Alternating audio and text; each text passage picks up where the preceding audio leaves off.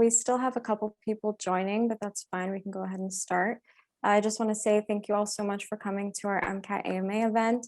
This is an annual event that we usually host, and it happens to be our last event of the year, which is pretty exciting. So I see a couple of familiar names from all of our other events. So I want to say thank you for the support on behalf of the Pre-Med Society, and hopefully you're liking our events and you enjoy this one as well. So the way that this is going to work is we're going to have a quick brief presentation that Momo is going to present for us, and then we're going to run a poll for you guys just so you can see what some MCAT questions are like. They're all sample MCAT questions from different sections.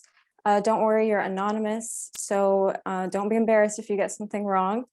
So we're going to do that really quickly, and then the rest of the event will be a Q&A session with our amazing panelists who we will introduce. So yeah, I would ask that you all keep your microphones muted and your video off for the first portion of the event. And then if you would like to ask questions and turn your mic on when we do the Q&A session, that'd be fine.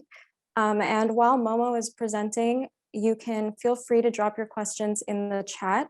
And the way they'll be answered is I'll be moderating the chat and asking the panelists your questions, and they will go down and answer them accordingly. So yeah, feel free to put your questions in, but they won't be answered until after the presentation. Thank you so much for coming again. And there's also a raffle associated with this event that Momo will explain a little bit more about at the end of the presentation. So without further ado, I'll hand it off to Momo to introduce himself and get the presentation going. All right, thank you, Rhonda. I see people are still entering. Thanks so much, all of you guys, for coming. We have quite a few people already, and hopefully we get some more. My name's Momo. I'm the VP Finance on the Pre-Medical Society at the University of Windsor. And so we'll just get started with a brief presentation, just going over some MCAT basics and giving you some resources before we get into the AMA. All right, so just to start, we do have a link we wanted to show you. This is the University of Windsor Pre-Medical Society's website, and we have a subsection for the MCAT. I just wanted you guys to take a look at some of the resources we have available. This MCAT page that we have really breaks down the sections, I'd say, more than adequately, and it shows some of the breakdowns in terms of the length and some of the courses that you can take to better prepare for the MCAT.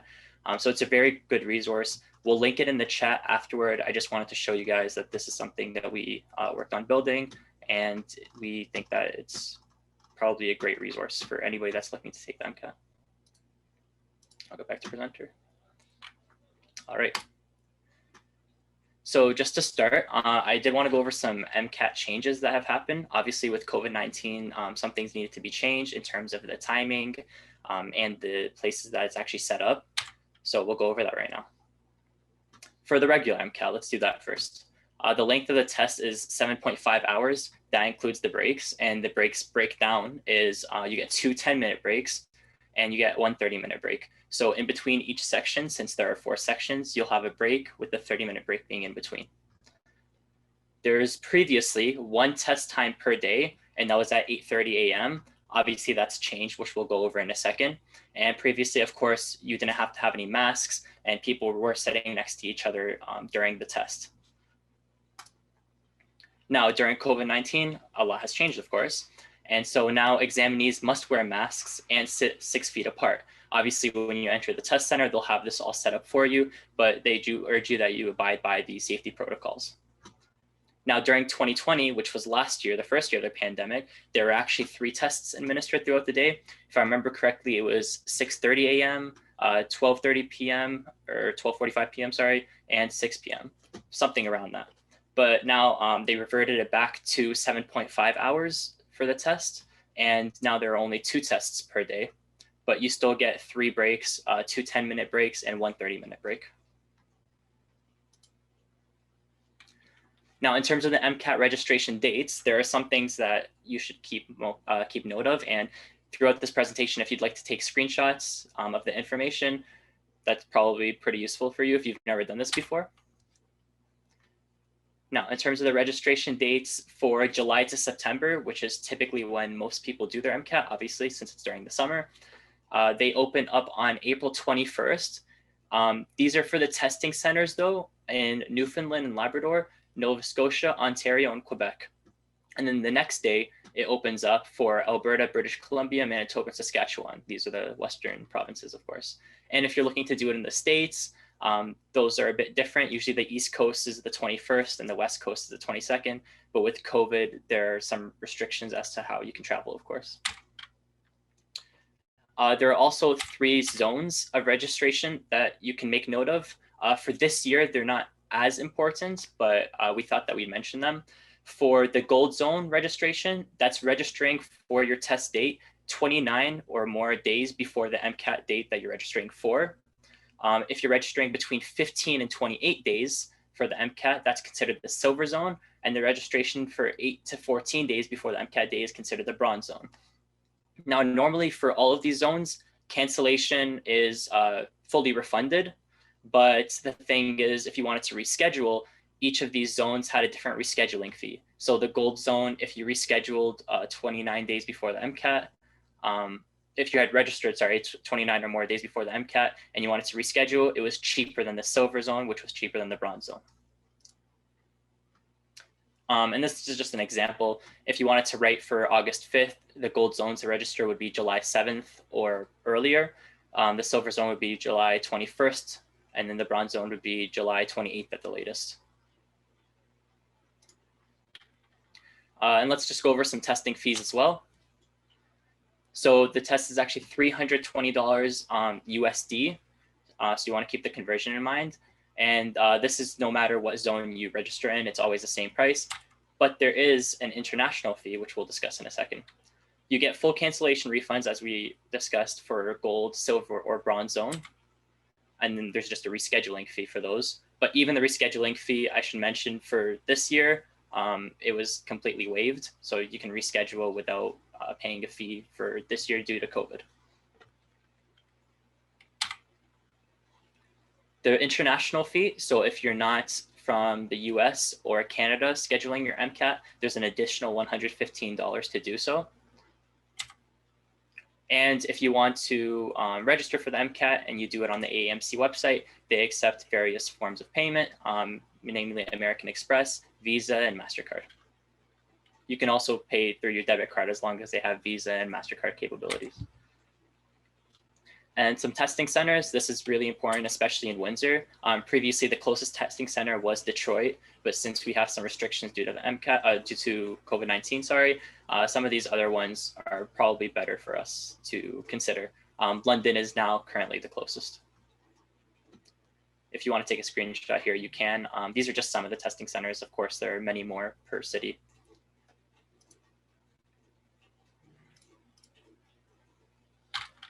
All right, and these are some MCAT resources. We'll also link a bunch of resources in the chat in a moment once I'm done the presentation. But these are just some things that you can use to study for the MCAT. I honestly, when I looked through these, I personally used all of them, some more than others. The Kaplan book set and the Princeton book set were really good for content review and just getting some of those basic content ideas drilled into your head. And then obviously the MCAT is a lot of practice, so you do have to use other resources. So that's why we linked that UWorld, the QBank is really good. Khan Academy has some great practice and they have some great test prep videos. Jack Weston is great for cars. And then AAMC obviously, of course, also has their practice exams and their question packs for content review as well. And we also linked our website again, uwinpremed.com/MCAT. Okay, so that's it for the presentation. There's also one thing we wanted to mention, of course. I'm sure you saw it on our social media as well. We do have a raffle coming up, and it's for the MCAT, the Kaplan 7-book subject review set. This is a value of $200 alone. And then we also are giving out a Pre-Med Society Starbucks tumbler and a Pre-Med Society crew neck. And this is basically just the breakdown of the raffle prices. It's going until April the 17th right now. And we may extend the deadline, but hopefully you guys can get it in by then. It's honestly a really good prize. I would really recommend doing it. I paid like way more just for my book set last year. So this is a really good deal if you do win the raffle. All right, and that's it for me. If you guys have any more questions, feel free to drop them in the chat for the panelists, or you can ask our academic coordinators as well, and we can get you in touch with those academic coordinators either by you emailing us, or you can drop your questions in the chat for the academic coordinators too. But yeah, that's all for me. Great, thank you, Momo. So hopefully that presentation helped you guys a little bit more. We're also recording this event. So in case you missed anything from the presentation, you can always go back to our recording. We usually upload that maybe like a week or two after the actual event. So Momo is just gonna copy paste the links that we used into the chat for you guys. So if you wanted to see the registration dates or something, you could just refer to those links. And they're all from AAMC, which is great. And as Momo said, if you guys have any questions, further questions after this event is over, you can go visit our website and contact our academic coordinators, and they're fully equipped to help you with any questions you may have. That's also linked. Momo also just linked that in the chat as well.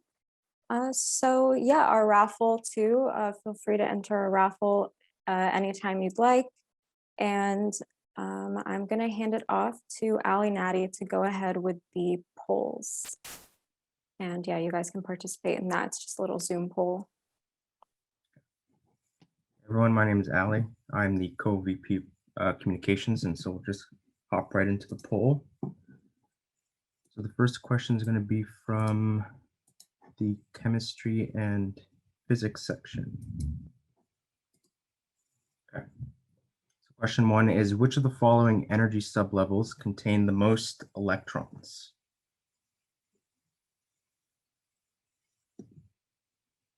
And all answers are anonymous, so this is a reminder.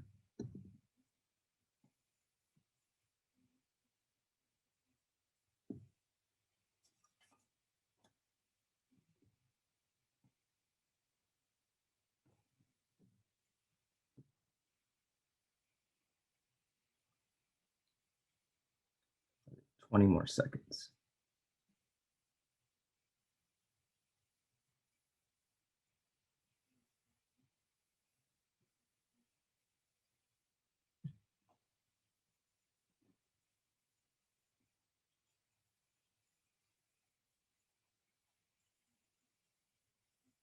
Okay.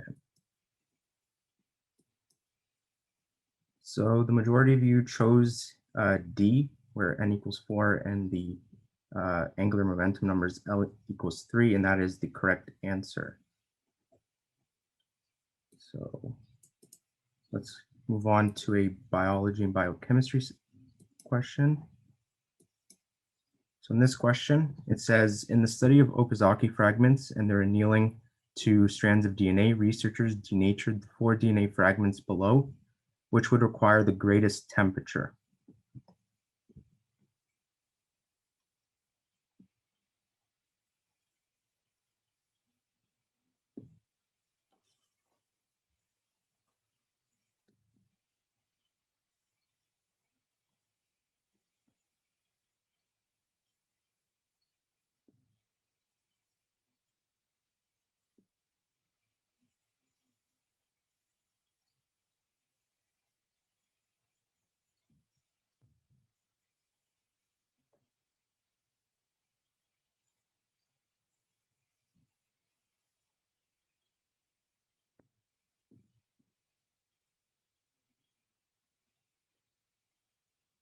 Five more seconds.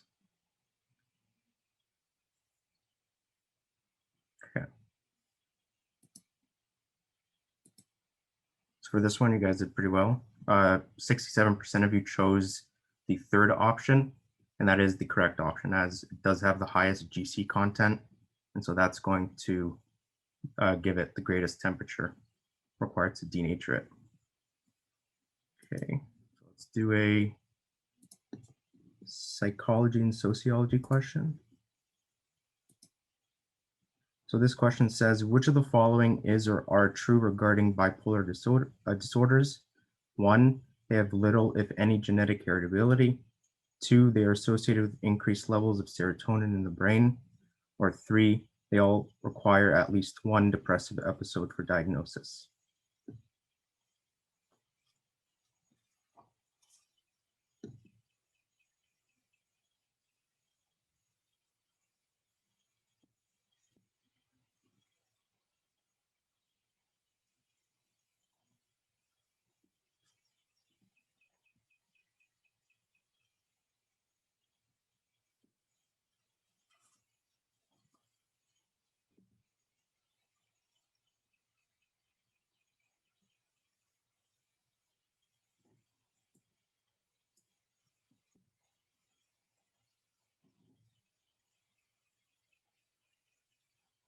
10 more seconds.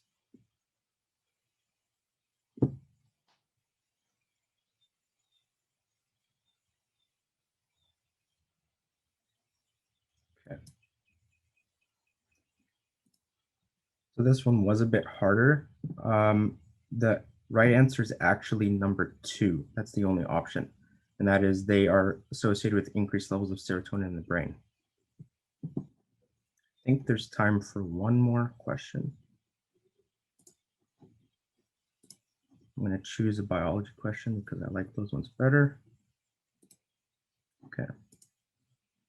So all of the following are functions of insulin except.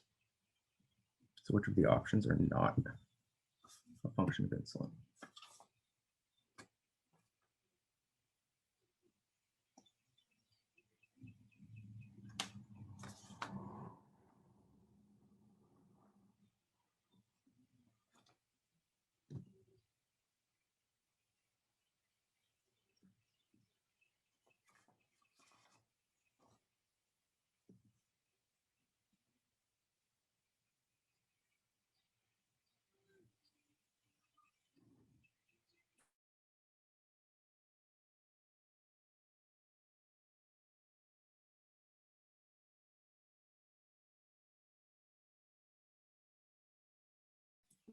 Ten more seconds.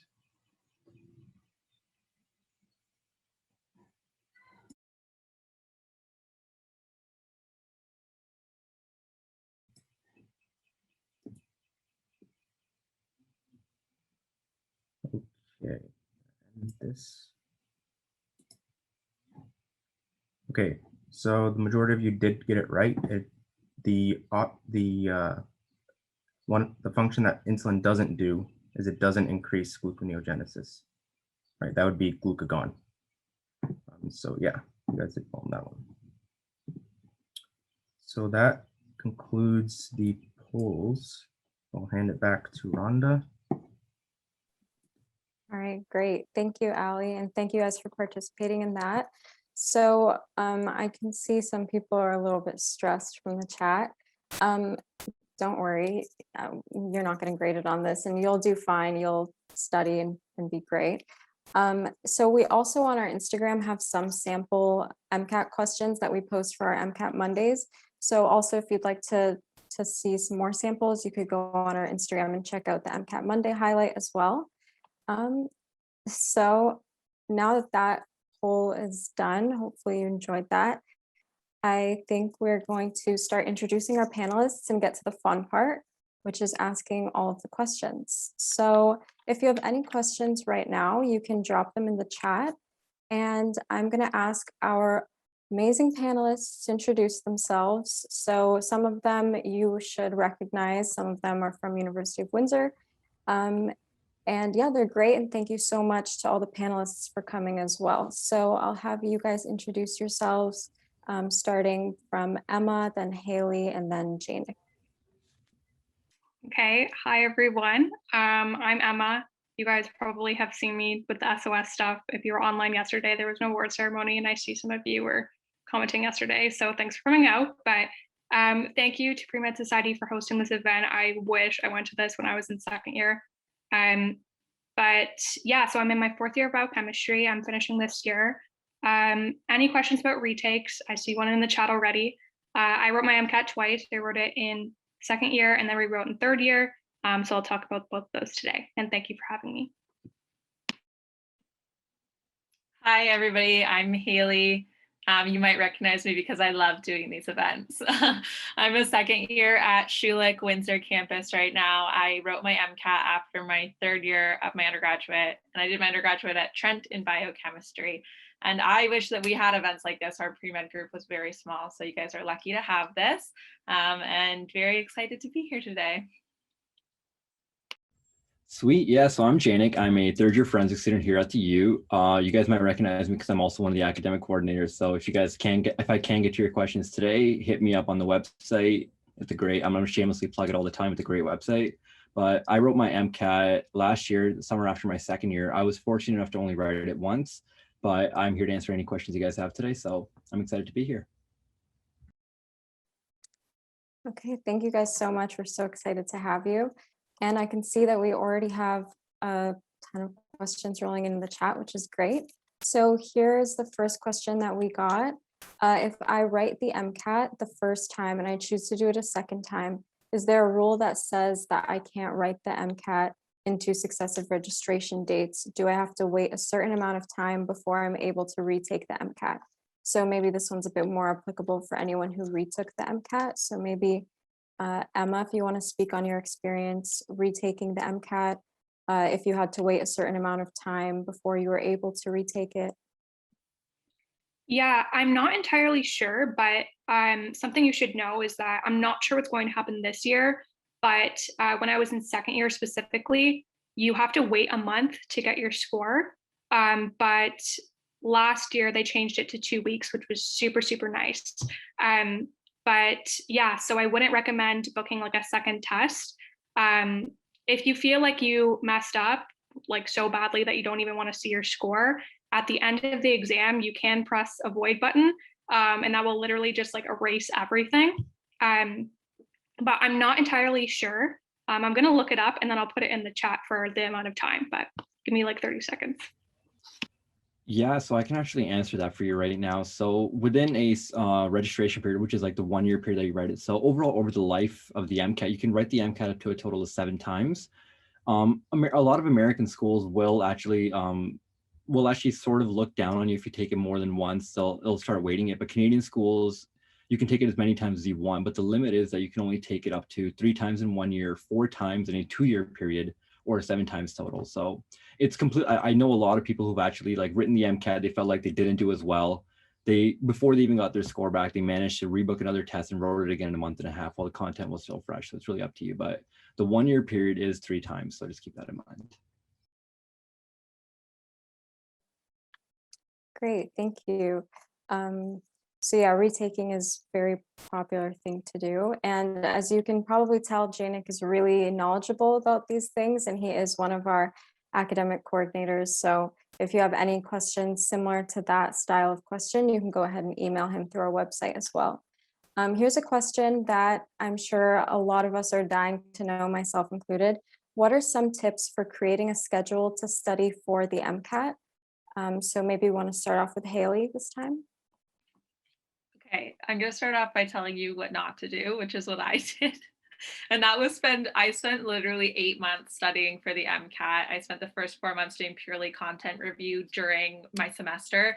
And then I spent the last 4 months doing practice questions every day. I was working a job, so it wasn't like I dedicated my whole day to it, but I was doing practice questions, practice exams. And in theory, it seemed great that I was giving myself so much time, but I was so burnt out that by the time my test came around, I was like, I just want to write it. I don't even care. Like, I don't care about my score. Like, I was really not in a good frame of mind for it.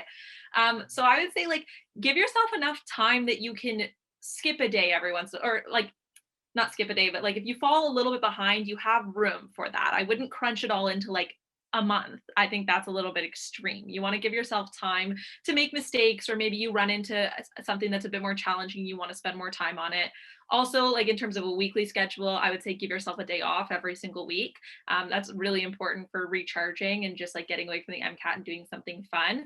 But I think it's going to vary a lot person to person, like, you know, your strengths and your weaknesses. I would recommend still to like set aside time for content review and then set aside separate time for like questions, practice exams, really doing the application. I thought that was a really good structure. I'd go in there. I just stretched it out way too long. So think about yourself and how much time you can realistically put towards studying every single day without getting burnt out and on top of your other responsibilities, and then kind of figure it out from there would be my advice. But I don't want to give anything too strict because it will vary a lot person to person. Thank you, Haley. So any of the other panelists can jump into any questions whenever you guys would like. So if you guys have anything else to add to that about making a schedule for studying. I think that like what Haley said is exactly true. It is going to vary across everyone and what your style of learning is. The first summer I was doing an NCRQSRA, so that was like a strict 9 to 6 job. And then I'd go home and study for like an hour, but I was so burnt out by the end. And my boss only gave me a week off. So I only studied full time for a week. So that was not the best. But yeah, and then my second time doing it, I studied very intensely for like 2 months, which was most people study between like June, or when we get off school, May to like August.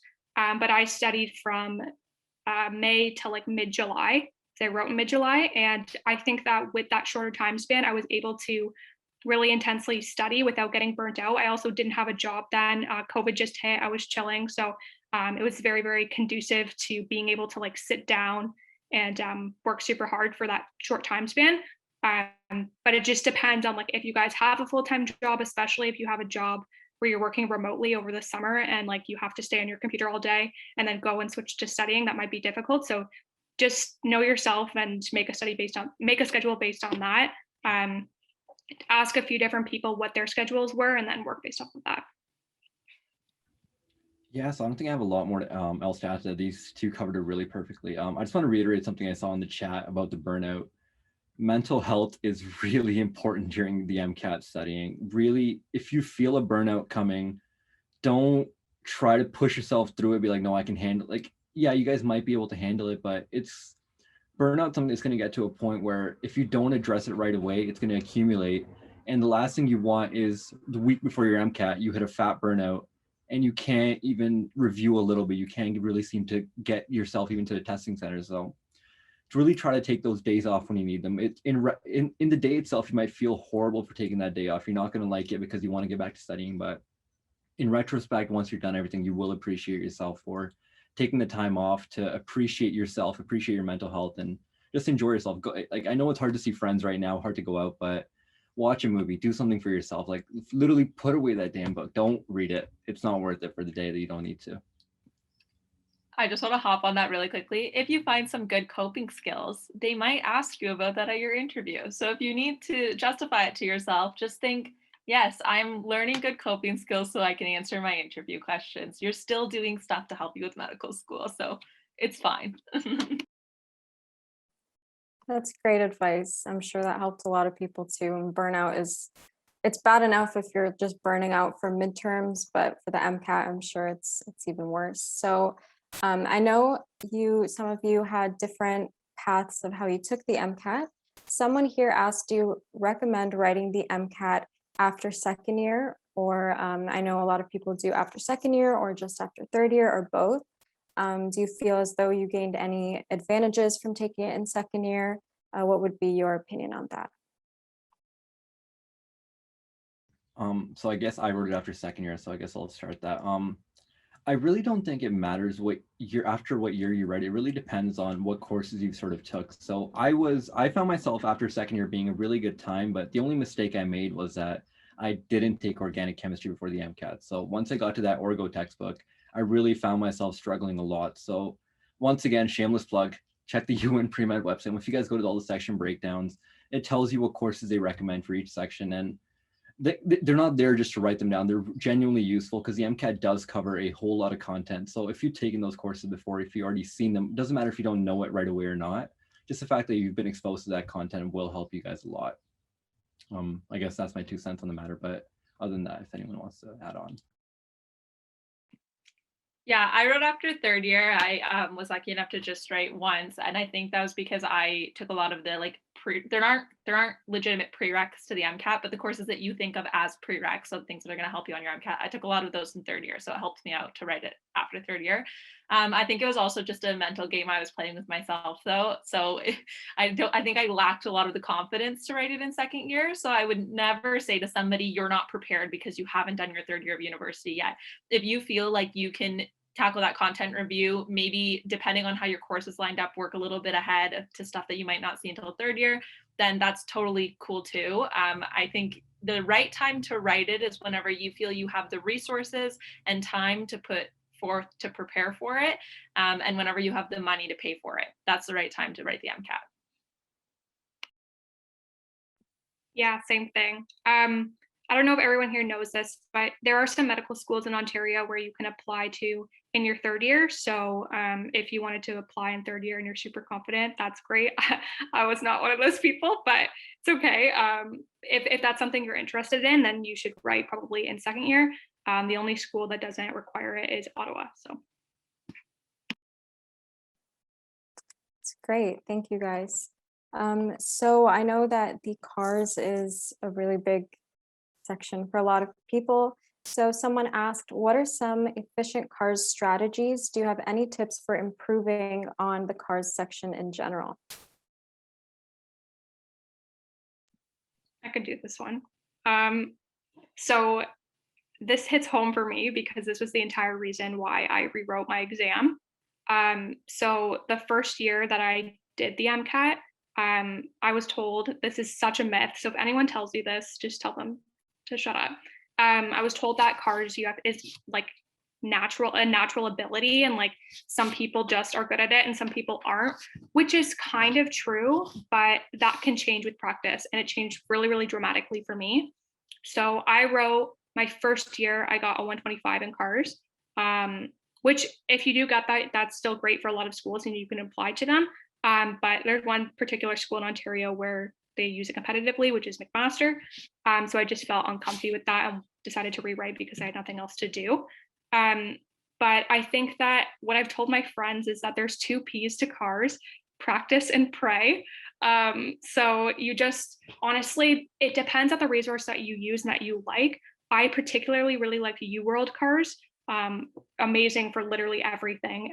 Definitely would use that resource if you guys can and have like the financial means to use it.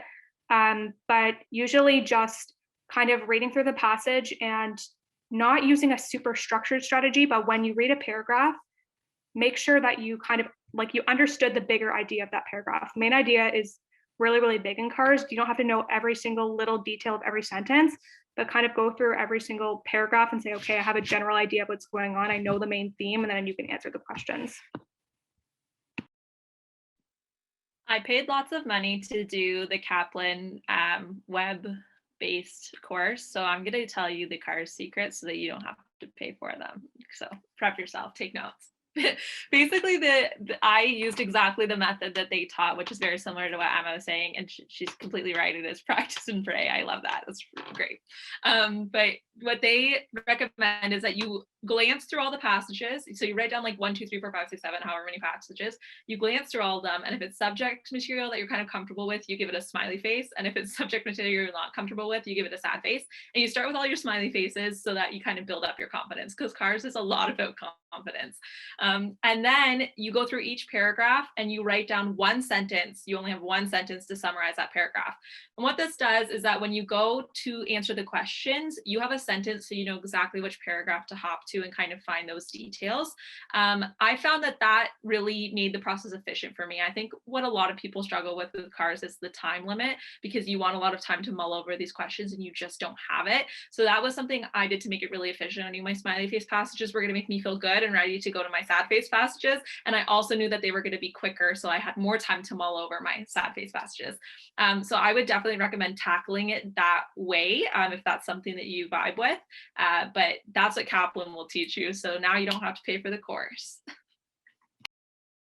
Yeah, something that Haley said about timing. So the biggest mistake I made with cars, when I was doing my practice test, I don't think my car's score crossed a 125 until 3 weeks before the test date. And I was terrified of it. But one thing that I did learn really late was forget about the timing initially. Like really get that confidence going in first. When you go through cars, don't worry if you're not getting the passage done in 3 or 4 minutes. No, like if you have to spend 15 minutes, go through the passage, comb through it, make sure you're really confident in getting the main idea, the themes out of it, what the author is trying to say. And once you do that, that's when you can start focusing on timing. Once you start hitting those questions, doesn't matter how long it takes, then start drilling your timing down. And the good thing about the MCAT is that it's not about how many questions you get right on the actual thing, it's a scaled score. So on my actual MCAT, I guessed an entire cars passage. I didn't have time, I had to go back, I guessed.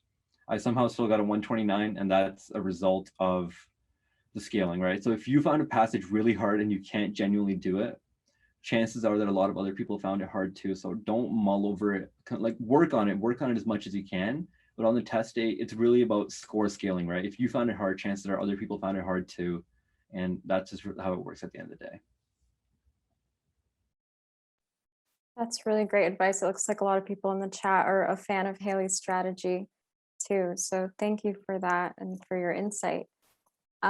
So I know a lot of people are curious about this. It kind of aligns with the schedule question. What did a typical day of content review look like? So for example, was it review and then you did a couple UWorld questions? We know this is unique to the individual, right? So what was a typical day for you? I'll just answer this quickly because I did talk about how I split it up. So when I was doing purely content review, so like I said, I purchased the Kaplan like self-directed web-based course. So I got the textbooks with that. When I was doing purely content review, I was in school. I was in my last semester of 4th year, and I would do a chapter out of each book a day. So like Mondays was biology, Tuesdays was biochem, Wednesdays was chemistry, Thursdays organic chem. You get the idea. So I would just do a chapter out of each one a day. And unfortunately, the only way that I learn, and it's still this way, is that I have to write everything down. So I like to make very colorful notes and diagrams, and it takes forever, but it's literally the only way things will stick in my head, which is why I set aside time purely for content review. So I did all of those chapters, like one chapter a day for however long. The one thing that I did do every day was a CARS passage. So I did a CARS passage every single night. Some of those were from Kaplan, some were from AAMC, and some were just like free online ones that I found. And then when I moved to like the less content review portion, Kaplan sets it up so that you do one full-length practice exam. So I would do that on Sunday, and then they would tell me what I needed to focus on. I would do whatever they told me throughout the week and sprinkle in content review with their little videos when I needed to. And then I would also do UWorld questions. So that's how I split it up. Yeah, so I guess I can go next. So I did a really similar thing to what Haley did, where I split up. I spent from May to August. I wrote my MCAT in mid-August, so I had the entire summer. So the first month I spent purely opening every single textbook. So Mondays, like Haley said, was a different course, Tuesdays, whatever. Once I finished that initial reviewing phase, what I did was I found the r/MCAT subreddit to be a great resource. So I found a pre-made Anki deck there, which is around 4,000 cards. So what I do is I start off my morning, wake up at 9 a.m. I'd start off by doing at least 300 to 400 cards. I'd review them, I'd get through that. By that time, it'd be about lunchtime. So it'd be like a good way to wake up my brain, have some lunch. And after that, I'd sort of go back. I'd write, while I was doing my Anki cards in the morning, I'd write down what cards were sort of screwing me up, what topics and what subjects. And if Monday was chemistry, for example, all the chemistry cards that screwed me up, I'd go back and day by day review every single card that screwed me up, all the topics. And then at the end of the day, I'd just end my day off with a couple of CARS passages to end off. And closer to my MCAT, I purely did Anki. I didn't go back to any content review. So I just do Anki. And then went on every Saturday, I wrote practice exams. So for the last I want to say I wrote 10 practice exams or so for 10 weeks. I'd write a practice exam on Saturday. On Sunday, I spent the entire day reviewing that practice exam. And then for the rest of the week, every question I got wrong, every answer choice I didn't know, I'd make sure I review it, I religiously know it. And that's sort of how my week sort of went. So I have my intense schedule pulled up, so don't let this scare you. But usually I'd wake up at around 8. That's definitely exaggeration. I woke up at 9 or 10. I did 3 to 5 CARS passages, which is true. I usually spent like the entire morning doing CARS passages because my first attempt, I basically only practiced CARS like that last month, which was really, really bad. So make sure you're practicing CARS right from the start. These are all like kind of short form stuff, but there's this, if you guys go on Reddit, like Janik suggested, it actually is a really great resource and it has a ton of stuff on there. Like I literally found there's this huge spreadsheet with answers to every next step test, every Kaplan test and why. And I never had that my first year. And I was like, what, this is amazing. So you can definitely find a lot of stuff with that on there. But there's also this condensed document for psychology. It's the Khan Academy document. I don't know if I'll try and find it. Maybe I can link it in the chat or something, but it's only, I think there's like a 300-page version, but I used a 95-page version. I was also taking abnormal psychology at the same time, which was very helpful.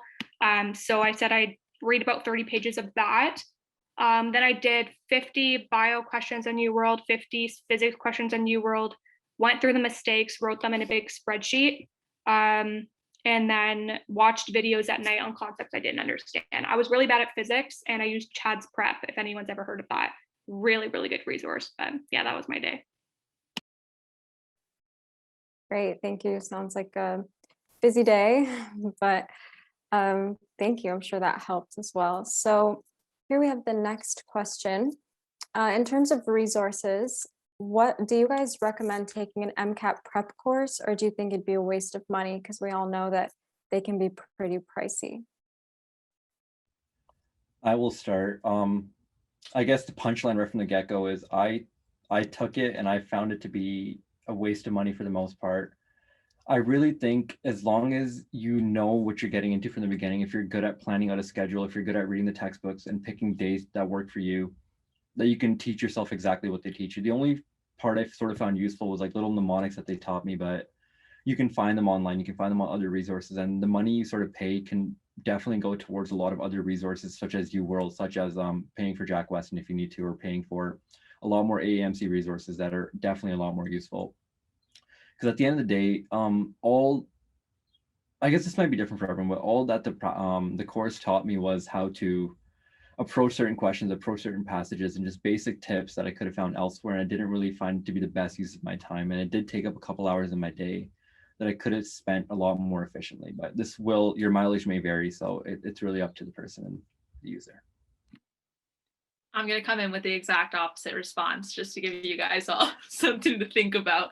I think that my score, and the reason I didn't have to rewrite, was entirely because of Kaplan.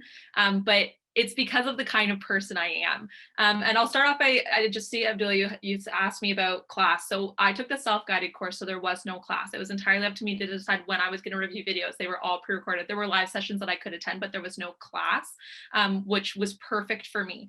It was so expensive, like ridiculously expensive. They're definitely ripping you off. Like there's no question about it. But because I had the ability to pay for it, I did, and I would do it again. And the reason is I get so overwhelmed when I have a lot to do. And the resources are definitely available on the internet, but I'm not the kind of person who could ever sit down and coalesce all of those resources into something that was useful for me. So for me to be successful, I needed something a little bit more outlined, which Kaplan gave to me by giving me those practice full lengths and then telling me exactly what I needed to work on throughout the week. I also thought like there are other places to buy full lengths, but it was nice to have all my full lengths in question bank, and I had a phone app so I could do flashcards during my bus ride to work. Like there are lots of little things. And then just, I think the most useful part of the courses is teaching you how to approach the questions. And just like Janik said, you can find that stuff online. Me personally, I know that I would get so overwhelmed with what's on the internet and I could just never do it. And I'm still very easily overwhelmed. And does that bode well for my medical career? Probably not, but that's a problem for later down the road. If you find that it's going to be difficult for you, you don't have enough time, you are overwhelmed like I am, your brain goes in a million different directions, you're going to be worried that you're missing something, invest in a course if you can. If you don't have the money, that doesn't mean you're going to fail. This is like that's the one thing I hate about answering these questions. Not taking a course is not a death sentence. So many people do so well without the courses. Maybe you need to put a little bit more effort in, or maybe the course would be a waste of time for you because of the way your brain works. I think it's hard for other people to answer this question for you. You really need to sit with yourself and say, like, do I need that structure? And for me, that was a yes. The one thing I will say is I know a lot of people who have done Princeton and they all hated it. So if you're going to do a course, I would personally recommend Kaplan. Oh, I got a little riled there, passionate about this topic. She's right. Don't take Princeton. That was what I took. That's probably the reason I hated it. Well, okay, great. We came to a consensus about that. Don't take Princeton for sure. So it's nice to have a panel like this because, you know, it's 3 different perspectives. Like Haley said, it just depends on your personality, how you study. So we really appreciate your perspectives to all the panelists. So thank you. So we do have a couple more questions, which is great. So for people who are writing the MCAT, they already had taken the MCAT and they're writing again. What do you think the % of content review should be in contrast to practice if you had already taken the MCAT a time before?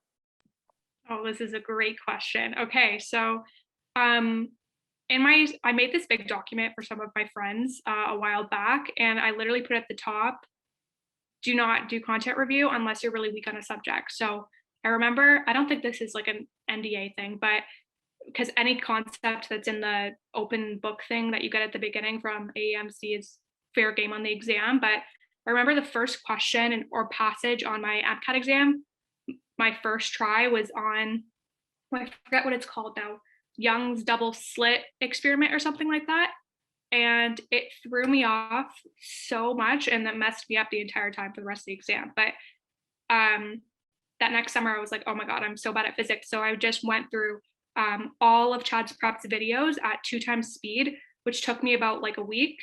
And so I basically did all physics in a week. And then I just practiced cars. But the thing is when you're practicing UWorld questions, it's basically like doing content review. If you're practicing through those questions, you're like, oh wow, I keep messing up. I don't know, like there's this thing about skin cells that I kept messing up. So I watched a bunch of videos on that after. So whatever concepts that you're not getting, you can just extract that from UWorld, go to YouTube, and then watch a bunch of videos on it. So personally, I think I really benefited from that because I was identifying my mistakes and solidifying the concepts that I was missing. So personally, if you feel like you're really, really weak in one area, maybe do content review on that, but do not sit in your room and go over mitosis every day because it's just really not going to help you. The MCAT is a big game of understanding how to look at a passage, extrapolate data, and like understand it, I guess. It's not like about drilling concepts in your head. It's about understanding passages and questions. Most of the test is going to be passage-based questions anyway. So it's more about extrapolating from the actual passage itself.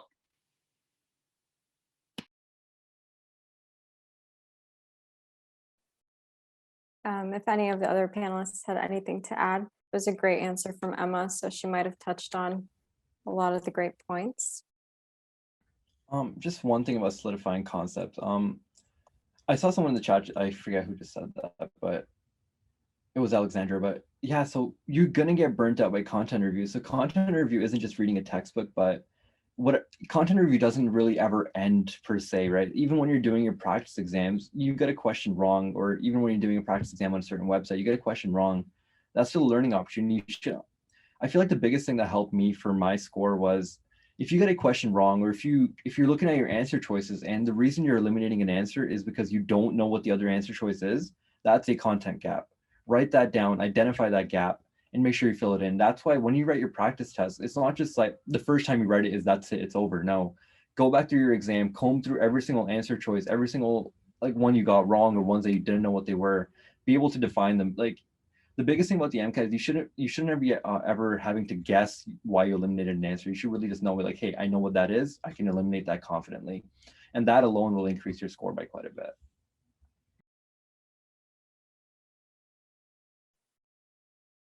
Great, thank you so much. That's really helpful. So here we have a couple people worried about Orgo for sure, which is very reasonable. So we have a couple questions here saying, would taking organic chemistry before the MCAT be sufficient, or would I have to take both Orgo 1 and 2 before the MCAT? I guess I'll start considering I took neither.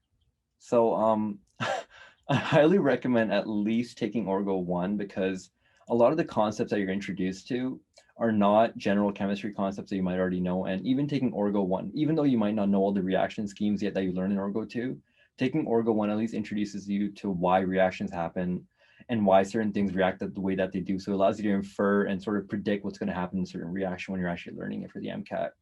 So you don't need to take Orgo 2. People who take Orgo 1 and 2 are already exposed to, I believe, most of the reactions you see on the MCAT. So you're pretty much fine for the most part. But if you're like me and you're taking the MCAT and you haven't taken either, it's completely possible to learn it. But I feel like Orgo 1 is recommended, at least in my opinion.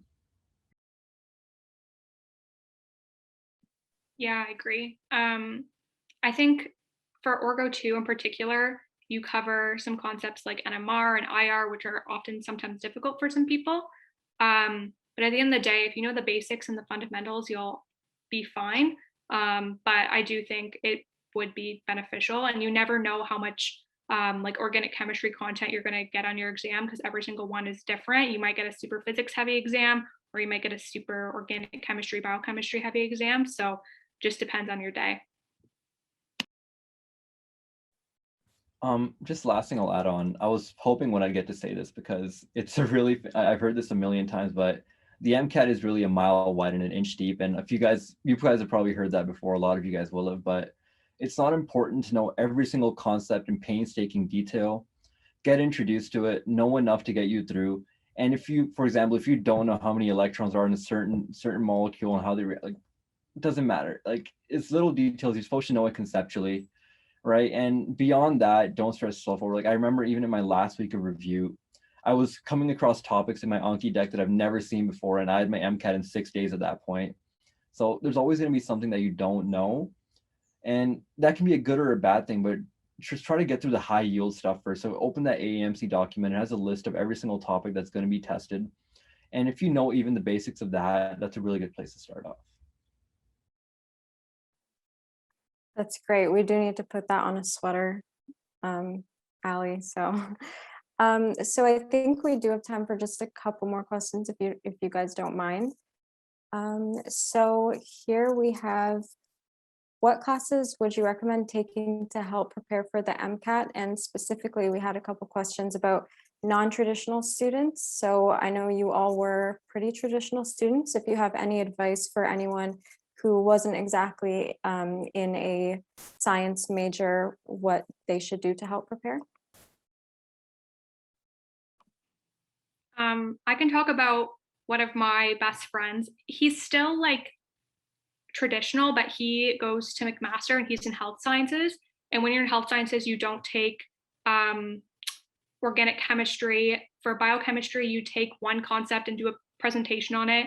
Their program is wild. It's so weird and it's not like content based. And he passed the MCAT with flying colors. I think he got a 526, if you guys know what that scaling is.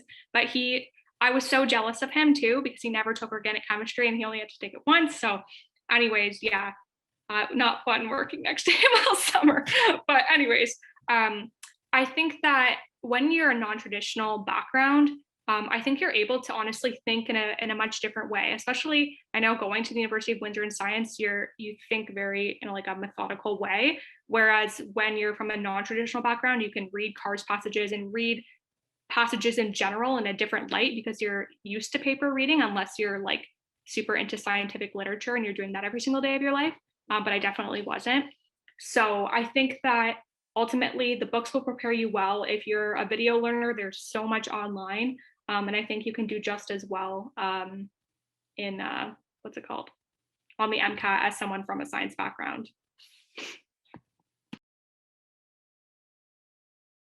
Yeah, I don't know if a lot of you guys attended, but I actually did a presentation with Kanan not too long ago for non-traditional paths into medicine. That was a great event, so we might host that again next year. But one of the things that came out of that presentation was the fact that everyone sort of starts off on a similar page when you're approaching the MCAT, because even though, yeah, you might have been exposed to certain things as a science student beforehand, they're really being asked in a completely different light. The questions are not just what you might see on a traditional university exam or papers, because they're being asked in a passage-based format. So everyone's really coming together at once, and no matter what your skill set is, everyone has a unique approach to the way they're going to approach these questions. So if you're in another non-traditional path, you might know, like Emma said, you might know how to read papers a lot better, skim through passages, get the information you need, and even those skills really get you over the top. Because like even as a traditional student, the biggest thing I struggled with was biology is one of my favorite things to do, and I struggle with getting through biology passages because I didn't know how to extract information correctly and even in a timely way. So I don't, yeah, it might seem scary to go into it, but I think everyone really starts off on the same page. And if you don't start, then you're never really going to know where you're going to end up. So just got to keep pushing through it. I have nothing to add, but I do need to hop off. I have another event at 7 that I cannot be late for.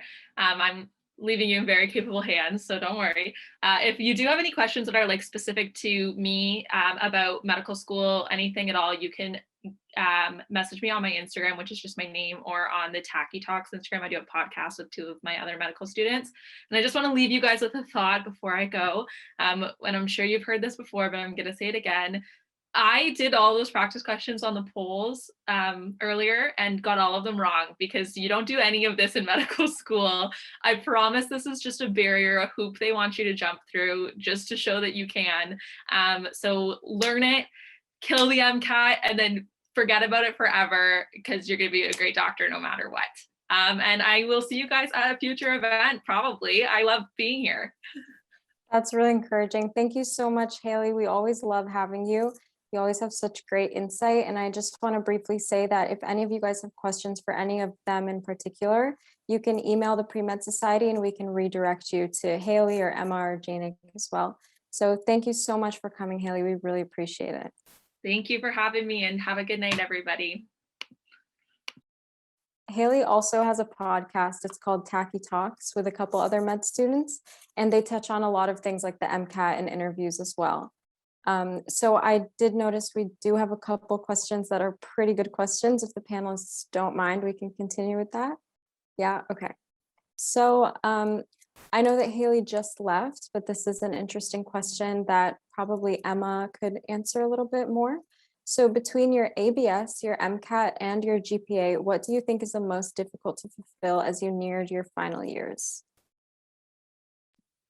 Okay. Well, this is a really good question. I